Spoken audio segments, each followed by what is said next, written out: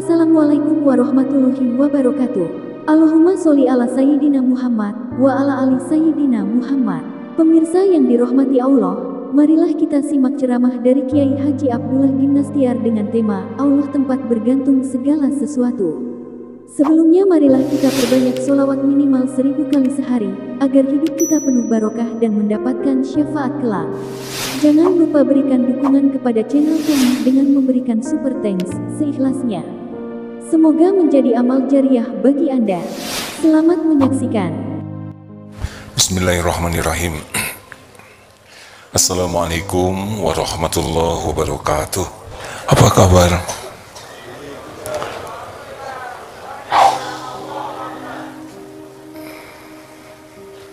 Apakah Allah Subhanahu wa Ta'ala sedang menyaksikan pertemuan kita ini? Allah tahu siapa diri kita. Apakah Allah menyaksikan setiap kita berbuat maksiat dan dosa? Ya, Allah tahu sholat kita tidak pernah khusyuk, sangat jarang khusyuk. Allah tahu mata yang berzina. Allah tahu pikiran yang kotor. Allah sangat tahu kita jarang ingat kepadanya. Siapakah yang memberi nikmat kepada kita setiap saat?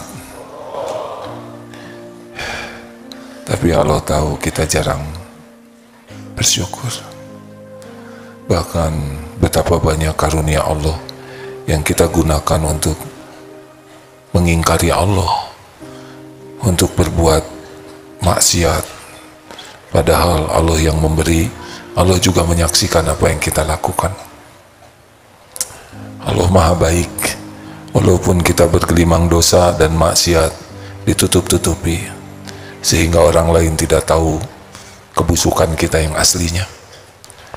Dan Allah lah yang menakdirkan kita berkumpul. Allah siapkan masjid, Masya Allah, Alhamdulillah. Allah beri ongkos. Yang tidak punya ongkos, ada yang ngeboncengin gratis. Allah juga yang memberikan kesehatan, bisa ngumpul begini, sakit tidak bisa. Allah juga yang memberikan keamanan di jalan, lancar. Kalau Allah tidak lindungi, bisa celaka, tertabrak, terguling, terpeleset, digigit anjing, kena begal. Kita aman, nyaman, cuma satu sebabnya, min fadli rabbik, hanya karunia dari Allah semata. Hadirin, kita mengulang tentang As-Samad, Allah, tempat Allah yang maha bergantung kepadanya segala sesuatu. Yas'aluhu man fis samawati wal ard kulla yaumin huwa fis sya'n fa bi ayyi ala'i rabbikuma tukadziban. Dalam Sahih Bukhari, Abu Sa'id Al-Khudri radhiyallahu anhu, beliau berkata bahwa Nabi sallallahu alaihi wasallam bersabda, di sini ditulisnya dia, tapi saya tidak berani menyebut sahabat dengan kata dia. Dia itu biasanya kepada yang sama dengan kita. Jangan ya, ibunya datang, ya dia sedang makan, sangat tidak adab nyebut dia kepada guru, kepada ibu. Guru sudah datang, sudah dia lagi duduk aja, apalagi ke sahabat. Kalau sahabat beliau, ada yang bertanya, kenapa tidak menyebut Nabi berkata? Tidak berani. Rasulullah bersabda, karena beda. Saya berkata, tapi kalau Rasulullah bersabda. Kalau kepada Allah bagaimana? Berfirman. Jadi maaf kalau tidak menyebut Allah berkata, rasanya asa enggak tega gitu. Allah berfirman, Rasul bersabda, AA berkata gitu.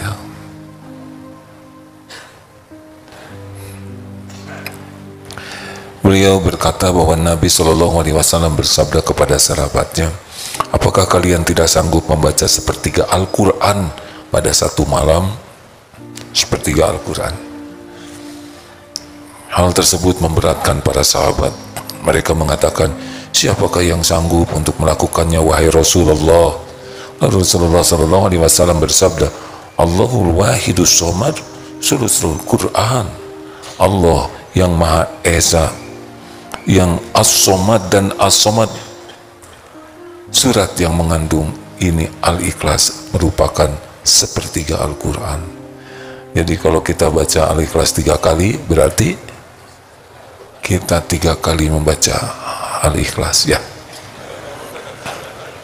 Mudah-mudahan seperti yang dijanjikan Rasulullah, sepertiga Al-Quran. Masya Allah. Tapi ya, sebelum tidur tidak banyak itu yang membaca Al-Ikhlas. Entah kenapa lebih banyak membaca WA sebelum tidur, atau membaca berita tentang penembakan. Terus itu di absen menunggu berita baru, padahal dibaca tidak dibaca tidak akan mengubah keadaan. Sebelum tidur dipikirkan, jadi siapa yang nembak, pistol siapa. Ini tidak penting bagi kita rakyat biasa untuk terus memikirkan, mengira-ngira. Mendingan baca Al-Ikhlas. Betul? Bismillahirrahmanirrahim. Qul huwallahu ahad, Allahus samad, lam yalid wa lam yulad wa lam yakul lahu kufuwan ahad. Nikmat. Allah lihat tidak kita sedang baca Al-Ikhlas? Kalau kita membacanya dengan niat seperti yang disabdakan Rasulullah dalam hadis sahih ini, Masya Allah, sepertiga Quran itu kita sehalaman saja nggak kuat. Hadirin, baca ya. Ini serius, tidak mungkin Rasulullah berbicara sembarangan. Ayo nanti sebelum tidur coba amalkan. Bismillah, mau mengamalkan tidak? Sunnahnya baca Al-Ikhlas, Al-Falaq, An-Nas, tiupkan ke tangan, usapkan seluruh tubuh. Beda pasti.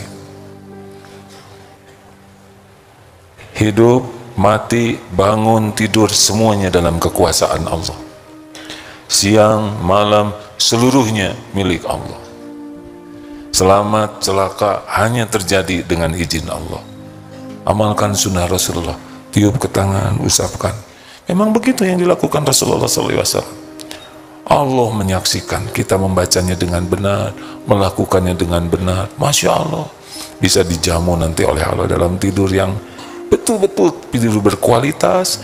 Mungkin nanti dijamu dengan mimpi jumpa Rasulullah, atau al-mubashirah, mimpi yang benar, atau setidaknya tidurnya jadi ibadah, bangunnya doanya mustajab, dikuatkan tahajud.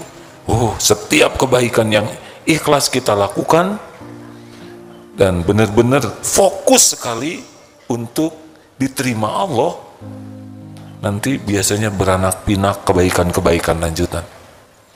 Jadi kalau kita mengamalkan sesuatu dengan ikhlas, sungguh-sungguh mencari keridhaan Allah, Allah pasti tahu. Nanti beranak tuh. Jadi tengah malam aneh, alarm jam 3, kok bangun jam 3 kurang 5. Jangan aneh, karena tidur dan bangun itu dalam kekuasaan Allah. Nanti dicoba tidak pakai alarm, kok bangun juga jam 5? Ya berarti kita kurang doa. Allahus samad. Allah katakan qul huwallahu ahad, Allah Maha Esa. Ahad itu bukan satu dalam bilangan manusia. Satu bagi kita merupakan setengah tambah setengah, sepertiga tambah sepertiga tambah sepertiga, satu juga. Bisa pengurangan, 2 dikurang 1, 1. Bisa perkalian. Ayo berapa? Alhamdulillah lulus ya. Bisa pembagian berapa? Itu tadi udah Pak, meningkat. 2 dibagi 2 berapa? Tuh. Ini adik-adik dari mana? Alhamdulillah. Jadi kalau mengingat Allahu Ahad, jangan membayangkan satunya manusia ya. Karena satu itu merupakan perjumlahan, pengurangan, pembagian, tapi Allah Subhanahu wa taala Ahad itu laisa kamitslihi syai'un.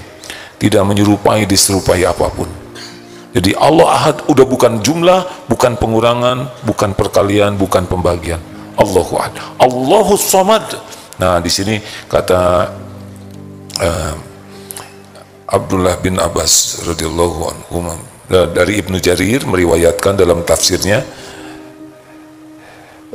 As-Samad adalah Tuhan yang sempurna dalam kedudukannya, yang mulia dan sempurna dalam kemuliaannya, yang agung dan sempurna dalam keagungannya, yang lembut dan sempurna dalam kelembutannya, yang kaya sempurna dalam kekayaannya, perkasa sempurna dalam keperkasaannya, berilmu sempurna dalam keilmuannya, dan hakim yang sempurna dengan hikmahnya.